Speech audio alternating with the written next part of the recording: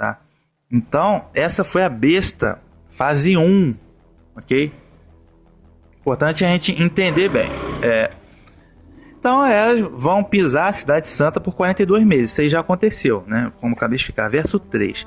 Mas eu vou permitir que minhas 2 testemunhas possam profetizar, vestidas de pano de saco, durante 1260 dias. Tá? Vou permitir que as minhas 2 testemunhas possam profetizar, vestidas de pano de saco, durante 1260 dias. O que quer dizer isso? Esses 1260 dias são os mesmos aqui do verso 2, okay? Só que o verso 2 está dizendo 42 meses, e no verso 3 está dizendo 1260 dias, é a mesma coisa. 3 anos e meio é a mesma coisa, é esse período que foi do ano 538 até o ano 1798. Tá? Quem são essas 2 testemunhas? Enoque e Elias? Não é Enoque e Elias, a gente vai entender agora que as 2 testemunhas nada mais são do que a própria palavra do Eterno, ok? A gente vai entender agora. 1260 dias, então é esse mesmo período. O que aconteceu? Durante esse período, lá o papismo romano, ele tirou a Bíblia, tirou as escrituras do acesso do povo. Ninguém podia ler, ninguém podia ter um exemplar da escritura. Somente lá os monges lá no mosteiro que faziam lá as cópias, podiam ler e tal. A escritura foi completamente negligenciada. Eles faziam todas as barbaridades no nome do Messias, né, que eles mudaram para Jesus, o nome Jesus, né, na época, e faziam todas as barbaridades. E todas as missas eram em latim, então as pessoas não entendiam. Quem não entendia latim não entendia absolutamente nada. Quem questionasse aqueles dogmas, aquele comércio de indulgência, era perseguido, torturado, morto, ia para fogueira, prisão, qualquer coisa nesse sentido, ok? Então, só que, apesar da palavra não estar acessível ao povo, não quer dizer, eles escondiam a palavra. Mas isso não quis dizer que a palavra não estava no mundo, amigo, porque a palavra estava no mundo. A palavra estava no mundo. Então quem age contra a palavra sofre as consequências. E foi o que aconteceu nesse período que a gente conhece, para quem não estudou de história, tá? É a Idade Média. A Idade Média que vai da queda do Império Romano Ocidental na quarta trombeta, lá no ano 474, que vai até a Revolução Francesa, que é o que a gente vai estudar daqui a pouco. A queda da Bastilha em 1789, salvo me engano. Tem tempo que eu estudei isso, mas eu ainda lembro alguma coisa. Ok? Idade Média, estamos falando de Idade Média. Tá? Então essas 2 testemunhas vão profetizar, isto é, profetizar o quê? O que os profetas faziam? Os profetas anunciavam palavra do Criador, anunciava o juízo do Criador. Haviam profetas que eram muito fortes nessa questão do juízo. É igual Ezequiel é a força do Eterno. Ezequiel era um profeta pesado, anunciava juízo pesado. Jeremias também anunciou juízo. Isaías foi morto porque ele chamou Jerusalém, ele chamou de Sodoma, Gomorra. Aí o rei Manassés mandou matar ele. Tá? Agora o profeta, ele está aí para anunciar, ele está aí para enfrentar o mundo. Não existe profeta que agrada o mundo, isso aí nunca existiu. João Batista foi morto porque anunciou o adultério do rei Herodes, chamou os líderes religiosos fariseus de víboras. Então o profeta tá para colocar as coisas como elas são, para anunciar a palavra, a vontade do Eterno, o juízo do Eterno. É isso que é profetizar, entendeu? Anunciar a palavra do Eterno é para afrontar, para lutar contra o mundo mesmo. Então, esses 2 profetas, entre aspas, estão aí para fazer isso. Tá? Então, eles estão vestidos de pano de saco. Por que eles estão vestidos de pano de saco? Porque é um tempo difícil, foi um tempo de penitência. O pano de saco, lá que vocês chamam Antigo Testamento, a pessoa vestia pano de saco, ela estava de luto, penitência, tentando pagar penitência, arrependido, sentindo culpado. É tempo de dificuldade. O que aconteceu na Idade Média, mas tipo assim, as 2 testemunhas que são a palavra de Deus, eu vou explicar porquê, estavam de pano de saco porque foi um tempo difícil. Eles tiraram do povo a palavra, eles mudaram tudo, criaram novas regras, novos tempos, novas leis, criaram dogmas, mudaram tudo. Era um tempo difícil. Um tempo de luta espiritual, né? Paganismo que eles criaram, então por isso que está de pano de saco. É 2 testemunhas vestidas de pano de saco, ok? Deixa eu me ver aqui. Ah, tá. Então, profetizar, o que aconteceu na Idade Média? Tipo assim, eles criaram um falso cristianismo, né? Na verdade, uma ditadura religiosa, né? Uma estrutura de poder baseada numa falsa religião, né? Usando o nome do Messias. Só que a palavra de Deus estava no mundo, meu amigo. Então, por conta dessa apostasia toda, vieram vários juízos do Eterno. Então, a Idade Média foi um período um pouco complicado. Por exemplo, posso citar aqui peste. Houveram várias pestes, dentre elas a peste bubônica, né? Também conhecida como peste negra, que matou. A peste negra foi em 1347, matou 1/3 da população da Europa. Não fala 1/3, eu falo metade. Foi de 1347 a 1351. Houveram acontecimentos cataclismáticos, como o cisma de Lisboa, né, 1 de novembro de 1755, se eu não me engano. Justamente no dia que eles estavam comemorando o dia de Todos os Santos, 1º de novembro, veio um terremoto que acabou com a cidade de Lisboa, incêndio, seguido de um incêndio. E o pessoal que foi para a praia, veio um tsunami na sequência, enquanto os caras estavam comemorando o feriado de Todos os Santos. Então deu uma mortandade absurda na cidade de Lisboa, que era o maior país, Portugal, um dos maiores países católicos do mundo na época. Então todo mundo se questionou muitas coisas. Houveram guerras. Quantas guerras? Guerras contra os muçulmanos, né? Contra o Império Turco Otomano, o próprio Império Bizantino, que era cristão apóstata, foi destruído. Okay? Enfim, houveram a guerra, depois que surgiu a Reforma Protestante, a Guerra dos 30 Anos, matou até metade da população do centro da Europa, palco de batalha entre cristãos.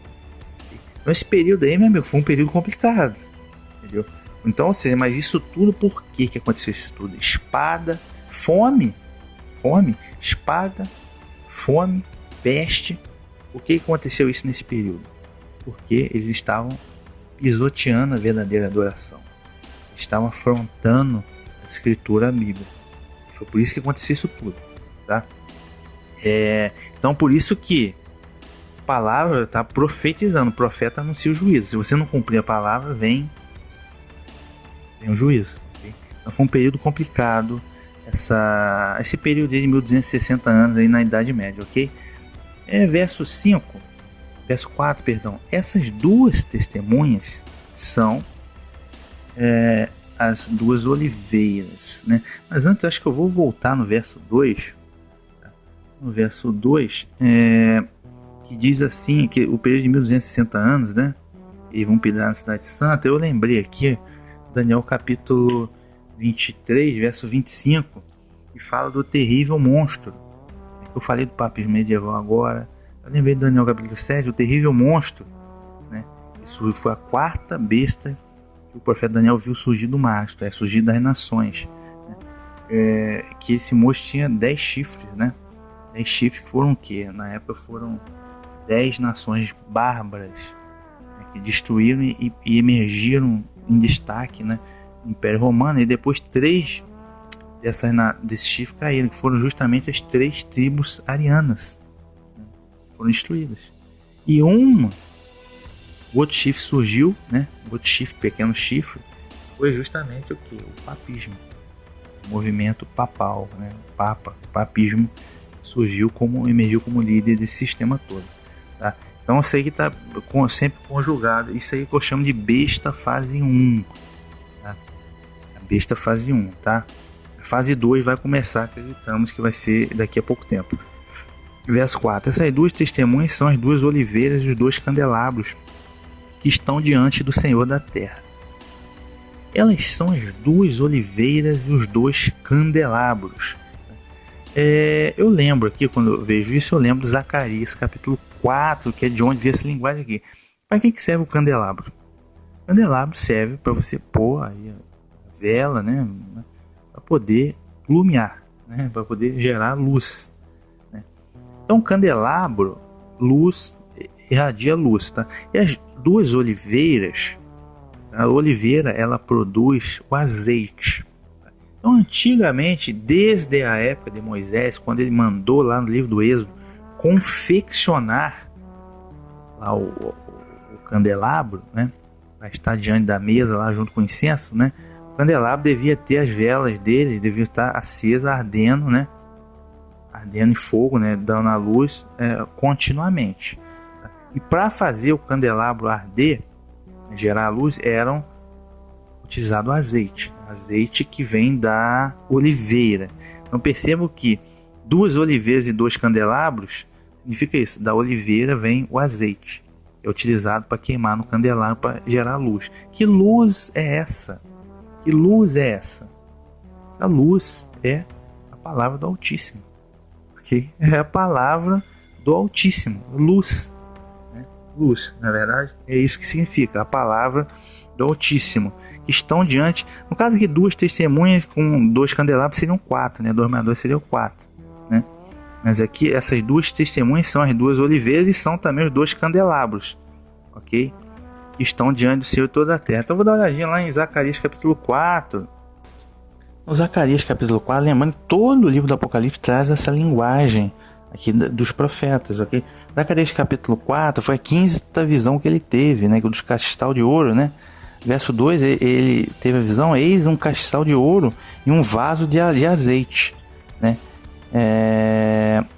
Verso 3, e por cima dele 2 oliveiras, uma à direita do vaso de azeite e a outra à sua esquerda, né?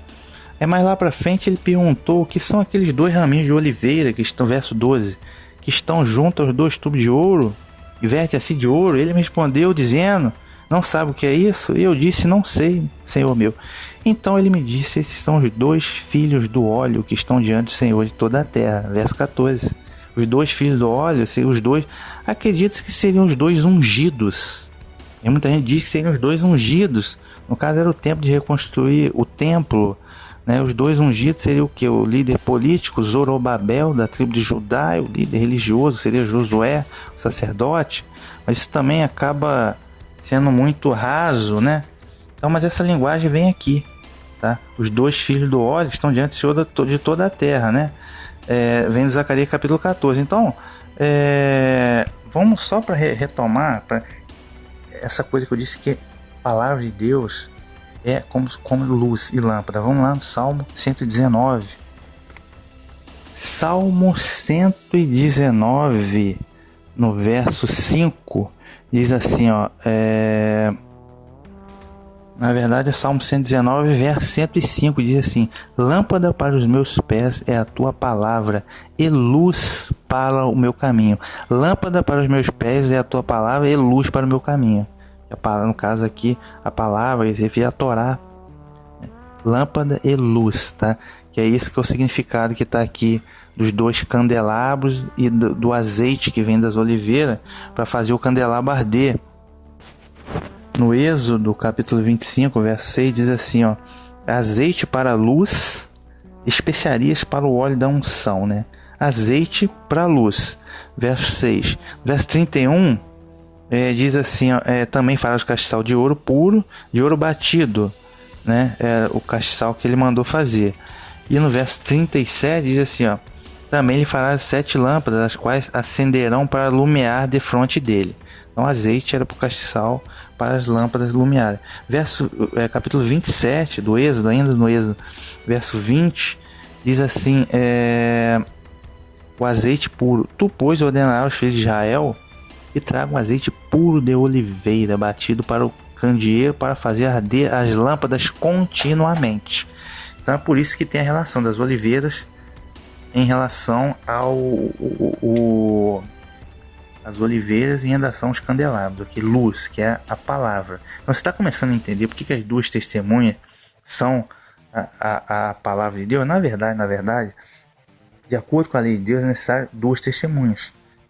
Quando ele chamou lá no Deuteronômio capítulo 30 a casa de Israel e pronunciou os mandamentos, preceitos, estatutos, juízos, ordenanças, testemunhos da Torá, ele levantou contra a casa de Israel 2 testemunhas, o céu e a terra. O céu e a terra são testemunhas contra ti, ó Israel. Que é 2 testemunhas. Sempre 2 testemunhas. Quando lá o adúltero era pego em adultério, tinha que ter 2 testemunhas para apedrejar. Ou quando o feiticeiro era pego em feitiçaria, tinha que ter 2 testemunhas, aí era apedrejado. Okay? 2 testemunhas. O próprio Messias diz: céus e terra passarão, mas minha palavra não vai passar. Okay? Porque é necessário 2 testemunhas para validar algo. Por isso que ele coloca aqui a palavra como 2 testemunhas, que é válido, algo válido, que a palavra testemunha do Altíssimo, ok? Só que agora ainda está um pouco raso, a gente vai dar nome às 2 testemunhas, é a palavra, beleza, mas a gente vai aprofundar mais, tá? João capítulo 5, verso 39, diz assim, ó: o Messias é quem diz, Yahushua: examinais as escrituras, porque vós cuidais ter nela a vida eterna, e são elas que de mim testificam. Tá? O que o Messias está dizendo? Que os judeus, né, diziam que depositavam confiança na Escritura. Mas a Escritura dá testemunho do Messias. Então não adianta você não ter fé no Messias, você está negando a Escritura. Então ele está dizendo aqui, ó: são elas as Escrituras que de mim testificam. Então as Escrituras dão testemunho do Messias. Mas que Escritura era essa? Se naquela época não tinha o, entre aspas, Novo Testamento. Mateus, Apocalipse não existia naquela época, não estava escrito. Então, a escritura testemunha do Messias é a Torá, a lei e os profetas. Vocês chamam vulgarmente de Antigo Testamento. Está errado. Então, quem é que testemunha do Messias? A Torá. A Torá, a lei e os profetas, a Torá. Okay? Vamos continuar agora no Mateus 24, verso 14. Aqui no Mateus 24, verso 14 diz assim, ó: e este evangelho do reino será apregoado em todo o mundo, em testemunha a todas as gentes, então virá o fim. Este evangelho do reino será apregoado em todo o mundo, em testemunha a todas as gentes, então virá o fim. Evangelho, o que é o evangelho? As boas novas. Boas novas de quê? Do Messias, da salvação pela graça, isto é, pelos méritos do Messias, mediante a fé. É o evangelho do Messias, as boas novas. Então você consegue perceber 2 testemunhas. Quem são as 2 testemunhas? São a palavra de Deus. Aí no caso nós temos. Os adventistas dizem que é o Antigo Testamento e o Novo Testamento, mas eu não gostei dessa terminologia, acho que não está correto. São a Torá e o Evangelho. A Torá e o Evangelho. O Evangelho é a salvação pela graça, isto é, nos méritos do Messias mediante a fé. Okay? Mediante a fé. Ponto. Aí eu te pergunto, essa fé anula a lei? Eu te pergunto, não. Romanos capítulo 3, verso 31, pelo contrário, confirma a lei, que é boa. Tá? Então, a segunda testemunha, ou a primeira vice-versa, é a Torá. Em verdade, que a Torá aponta o pecado, sim. E assim tem que ser, que o homem é pecador. Então, a salvação nos méritos do Messias. Ok? Então, a fé confirma que a lei é boa. Romanos 3, verso 31. Então, só que a Torá também instrui, é uma instrução, o que é certo, que é errado. Ama o próximo a ti mesmo, a Torá. Ama o Senhor teu Deus de todo o coração, é o principal mandamento da coisa. Então também instrui você para que você tenha uma vida piedosa diante do Eterno. Sabe o que é certo e o que é errado diante do Eterno. É palavra. É palavra. Deu para entender? Então as 2 testemunhas são a palavra de Deus. Tá? A Torá e o Evangelho. Okay? Dando a identidade das 2 testemunhas. Ok? Então nada de Enoque e Elias. Esses caras, eles comem capim, na verdade. Tá? Então são as 2 testemunhas que estão diante do Senhor de toda. Quem é o Senhor de toda a terra? Yahweh, o Senhor dos exércitos. Então não adianta você esconder a Bíblia. Não adianta você não querer ler, porque você tem acesso hoje. Tem pregador em tudo que é lugar. Tem Bíblia dando de graça em tudo que é lugar. Então não vai alegar que é ignorante, não. Não adianta você virar as costas, tapar o ouvido, fechar os olhos. A palavra está no mundo, está acessível a você. Okay? E está profetizando contra você. Okay? Então é melhor você aprender e acertar teus caminhos. Okay? Vamos lá, verso 5. Se alguém quiser prejudicá-las, as 2 testemunhas, um fogo sairá de sua boca e devorará seus inimigos. Sim, se alguém quiser prejudicá-las, é assim que vai morrer.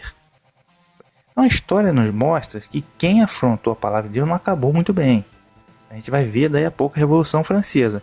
Então, se alguém quiser prejudicá-las, um fogo sairá de sua boca e devorará seus inimigos. Sim, se alguém quiser prejudicá-las, é assim que vai morrer. Um fogo sairá de sua boca e devorará seus inimigos. Que fogo é esse? Não é um fogo literal. É um fogo espiritual. Quer dizer que eles serão consumidos. Tá? Isso vai lembrar lá o profeta Elias, né? O profeta Elias, quando os soldados assírios foram lá buscar ele no monte, querer levar ele à força, ele não quis ir, ele orou e desceu fogo do céu e consumiu aqueles soldados. Foram fulminados, tá? Porque quiseram impor ordem ao homem de Deus. Tá?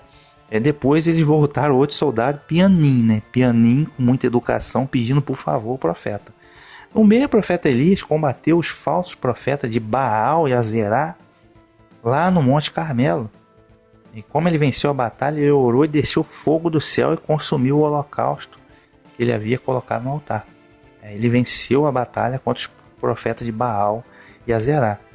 Entendeu? Então veja que a simbologia, né, do fogo que consome os inimigos, tá? Consome os inimigos da palavra de Deus, ok? Então por isso que aconteceu, minha gente, tanta tragédia na Idade Média. É fome, é peste, é guerra. E muitas vezes, por que Deus permite acontecer certas coisas? Porque vocês estão indo contra a palavra dele. Tá? Estão indo contra a palavra dele, praticando a primeira injustiça do ser humano, que sempre pratica injustiça, okay? E que vão contra a palavra, né? Tornam-se inimigo da palavra. Então por isso que determinados acontecimentos acontecem, né? Sendo redundante, né? Determinados acontecimentos acontecem, mas enfim. Sim, né? Verso 6.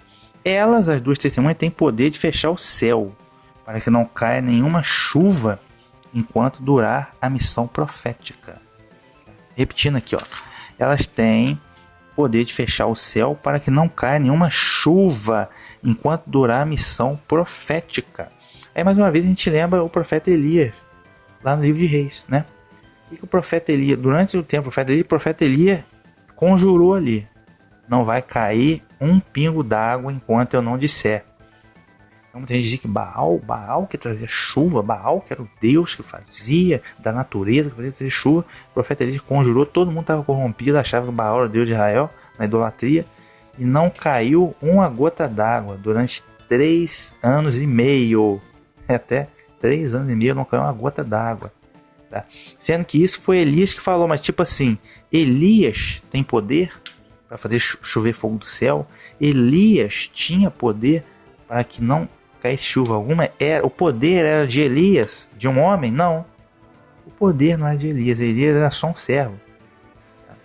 O poder é do Criador. Se o Criador apalavrar, não vai cair. Acabou. Não vai cair água.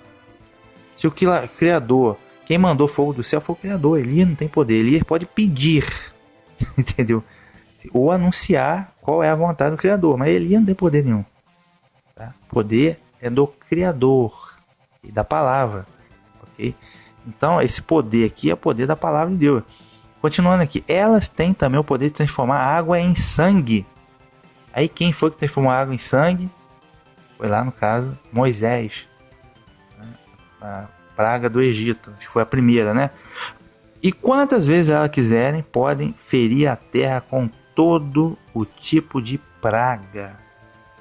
Aí relembro mais uma vez o livro de Êxodo. Moisés, quantas pragas? 10 pragas do Egito. Só que aquilo não era o poder de Moisés, o poder do Eterno. O Eterno palavrava: vai acontecer isso? Acontece, acabou. Então está falando aqui de peste,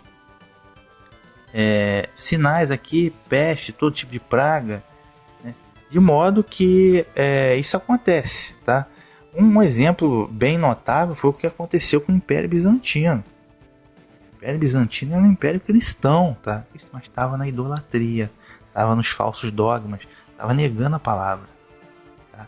Então o Eterno suscitou o inimigo, no caso que foi o islamismo, o Império Turco-Otomano, e destruiu o Império Bizantino, acabou. Então ele equilibrou as forças ali, de um lado catolicismo, de outro lado o islamismo, equilibrou as forças. Então os próprios, eles mesmos rivalizam entre si, mas é o Eterno que está controlando tudo, entendeu? Então o Império Bizantino foi um exemplo clássico de que Se andar contra a palavra, meu amigo, é fogo consumidor, tá? Então, pelo fato desses sinais que nós vimos aqui no capítulo 5 e 6 serem sinais que nós vimos no tempo do profeta Moisés e do profeta Elias, muita gente diz que as duas testemunhas são Elias e Moisés, né? Aí tem aquela coisa da transfiguração. Não, gente, não é nada disso, tá? Elias e Moisés não tinham poder. O poder quem tinha era o Eterno, e através da palavra ele faz isso tudo acontecer, ok? Por isso que as duas testemunhas são a palavra, tá? Verso 7. Quando elas terminaram seu testemunho, a besta que sobe do abismo vai combater contra elas e matá-las. Quando terminar seu testemunho, a besta que sobe do abismo vai combater contra elas e vai vencê-las e matá-las. Aí que tá, esse testemunho delas acabou quando? Elas vão testemunhar por 1260 dias, 42 meses. Eu falei que o testemunho acabou no ano 1798, foi quando o Papa Pio VI foi aprisionado lá pelo general, né, de Napoleão Bonaparte, certo? Isso foi o que eu falei, né? Pois bem, só que aqui a tradução aqui melhor seria ao término do seu testemunho. Ao término do seu testemunho, a besta que sobe do abismo vai combater contra elas. Foi o que aconteceu. No término, na fase final do testemunho, né, antes, pouquinho de 1798, surgiu a besta do abismo e combateu com elas. Quem é essa besta do abismo? De se lembrar que é o seguinte, a gente tem lá no Apocalipse capítulo 13, duas bestas. A segunda besta surge da terra, quer dizer o que? Que ela surge de Israel. A gente precisa entender o que é o sionismo político, você precisa estudar o sionismo político, o sistema de banqueiros judeus, grandes corporações judaicas, grandes corporações, e o sionismo político, nova ordem mundial, nova ordem econômica mundial, é o que está surgindo agora, tá? Uma besta que surge da terra, surge de Israel, por quê? Falso profeta, tem a ver com sionismo político, que é a potência que governa o mundo, sobretudo desde a Segunda Guerra Mundial. Você precisa estudar sobre isso. A primeira besta que já surgiu lá atrás, né, que recebeu a ferida mortal em 1798, surgiu do mar, das águas. Por quê? Das águas significa que surgiu das nações. O que aconteceu lá, lembra? Eu falei do século IV, que foi Constantino, depois foi Teodósio, que eram os imperadores. Eles eram imperadores das nações, imperadores pagãos. Eles serviam o sol invencível, eles serviam Mitra, eles serviam os deuses greco-romanos, né? Eles eram pagãos, eles tinham a espiritualidade deles, mas eles eram pagãos. Constantino mesmo se tornou cristão e ao mesmo tempo que adorava o sol invencível. Ele acreditava... Aí no final da vida ele se converteu ao cristianismo ariano, né? Enfim, era confuso, mas ele era pagão, ele tinha espiritualidade dele, mas ele era pagão, okay? Romanista, ok? Mitraísta, né?